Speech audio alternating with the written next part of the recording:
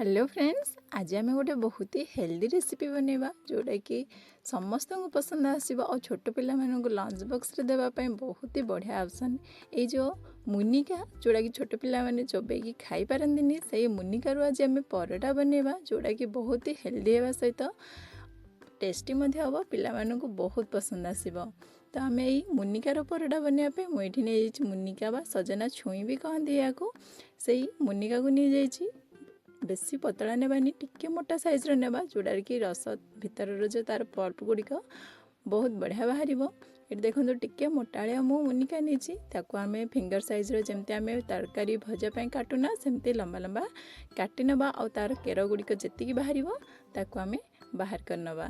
बहुत ही टेस्टी सहित बहुत हेल्प होता है ये मुनिका पिला माने खाई पारंतिनी चोबेकी यार जो रस गुड़िक पूरा खाई पारंतिनी से आम एमती सूप किंबा एमती परोटा बनैकी देवा पिला मानक देह को बहुत भल होगा सहित टेस्टी लगी था। बहुत अति सहजरे भी या आम बनई पार जमी आम आलू परोटा बनाऊ ताठू तो यहाँ निश्चय सहज ही लगे बहुत ही कम समय भी बनई पार। ये देखो गोटे मुनिका को मुझे फिंगर साइज्र काटी नहीं और भितर देखो ये मोटा दुसिले भी कौलिया अच्छी एमती मु आउ गोटे भी ड्रमस्टिक काटी नहीं दीटा यूज कर मुनिका से गुड़ी आम पानी रे दे देबा आउ को आम गैस रे बसेबा अल्प टिके लुण पकेबा और याको आम सिझापी 10 मिनिट छाड़ी नबा। देखो अल्प टिके लुण पकई नहीं या कभर करके लो फ्लेम रे 10 ରୁ 15 मिनिट बसई नबा से भल भाव सिझीज 10 मिनिट ही सिझीज। तापर आम किसी प्रिपरेशन करनबा जमती कि पियाज को पूरा छोट छोट करके काटी नबा ता सहित किसी कंचा लंका और धनिया पत्र को मध्य छोट छोट करके काटी नबा। ये देखो मु काटी नहीं धनिया पत्र कंचा लंका और प्याज को मध्य छोट छोट कर काटी नहीं ये सब प्रिपरेशन करवा भितर आमर मुनिका सिझी जाइथिबो। मुनिका ये पूरा सिझी जाइए या ठंडा होगा देवा किंतु ये गरम थिला से मु कौन करी से जो मेसर साहाଯ୍ୟରେ एमती चकटी नबा काले सेमती रस बाहरी जीवो आउ पूरा हाथ रे चकुटी नबा माने पूरा तार सब केर गुड़िक बाहरी पड़ो किंतु मुनिका टिके टिके मोटा थिला एमती मेसर साहाଯ୍ୟରେ सहजरे बाहरी नथिला आम आउ गोटे उपाय करवा चमच साहाଯ୍ୟରେ यार रस गुड़ी को बाहर करनबा एमती भी बहुत ही सहजरे रस गुड़िक बाहरी जाए। आपण चाहिए जदि ठंडा थी हाथ में चकटिकी पूरा ताकू चिपुड़ी काढ़ी पारिबा किंबा एमती चमच साहाଯ୍ୟରେ काढ़ले भी बहुत सहजरे तार सब पल्प गुड़िक बाहरी जाउछि। देखो बहुत सहजरे चमच रे पूरा मुनिकार रस बाहरी जाउछि एथिरे किछि भी केर भी नथिबो बहुत बढ़िया भाव में बाहरी जीवो।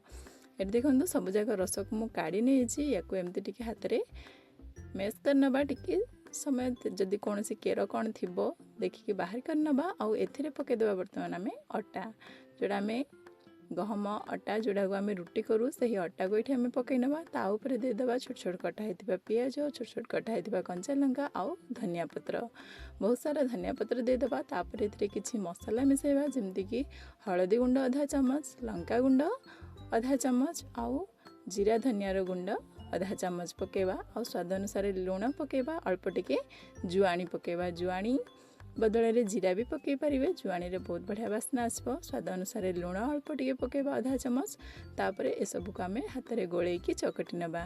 ये देखो पानी आवश्यक पड़ोनी जी आमर जो मुनिकार पल्प गुड़िया बाहर ना से ही चकटी हो जदि अधिक परिमाण करूँ बेसी टाण लगे तो अल्प पानी देकी चकटी पारे किंतु मत ये पानी आवश्यक पड़ नाला जी से जो मुनिका रस से ही भल भाव चकटी हो जाइथिला।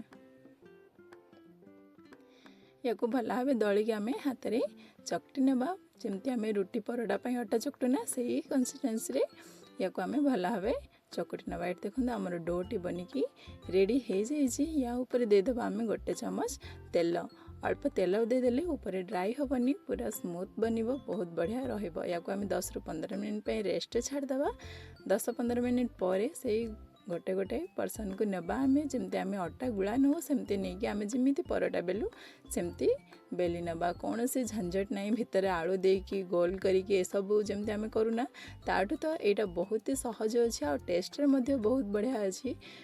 आपण मैंने निश्चय बनइबे भिडियोटी शेष पर्यंत देखंतु और बनातु छोट पिला मानक पसंद निश्चय आसीबो।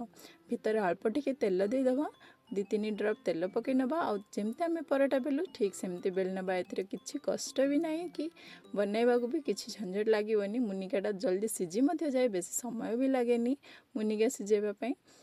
2टा मुनिकारी हो 2-3टा मुनिका आम काटिकी सिझे नबा। से अटा चकटिकी आपन चाहिए जो पियाज कंचा लंका स्किप मध्य करें, केवल मुनिका रसरे अल्प लुण देकी मध्य बनई पारे, बहुत बढ़िया बनइबो। छोट पिला मानक मध्य खंडे खंडे दे परिबा, माने बहुत छोट जमती 1 वर्षर पिला माने भी जो माने नुआ नुआ खाइबा सिकंदी से माने मध्य याकू खंडे खंडे एमती हाथ में धरिकी अल्प अल्प खाई पारे, देह ପାଇଁ बहुत हितकर। तो आम जमीती परोटा सेकुना सेमती तावारे देकी याकू आम 2 पट जाक सेकी नबा। उपरे चाहिए आप घी पकई पारे, मुझे तेलर यूज करछि, किंतु घी पकेवा जदि आहुरी हेल्दी बनिबो।